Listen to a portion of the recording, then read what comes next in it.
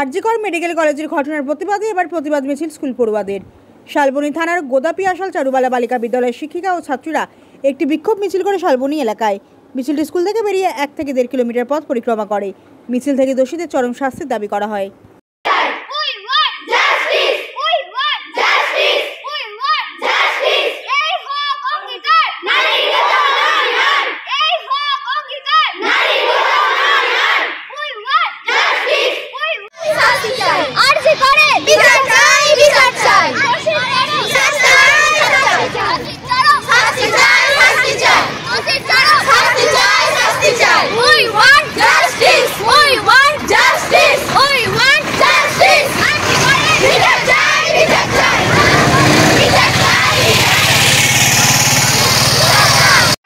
আরজিকরের যে মৌমিতা দেবনাথ সে ধর্ষিতা হয়েছেন, তার আসল যে চরম যে দোষী তাদের শাস্তি আমরা চাই।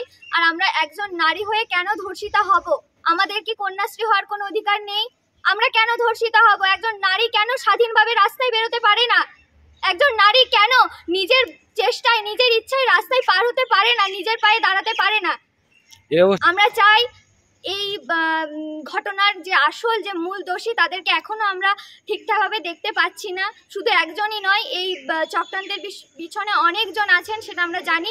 আমরা চাই সেই আসল যে দোষী তাদের চরম শাস্তি হোক, এমন কঠোরতর শাস্তি হোক যাতে অন্য কোনো পুরুষ, জন্তু, জানোয়ার এইরকমভাবে কোনো নারীকে ধর্ষিতা করতে এগিয়ে না আসে এবং তারা ভয় পায় একজন নারীকে ধর্ষিতা করতে।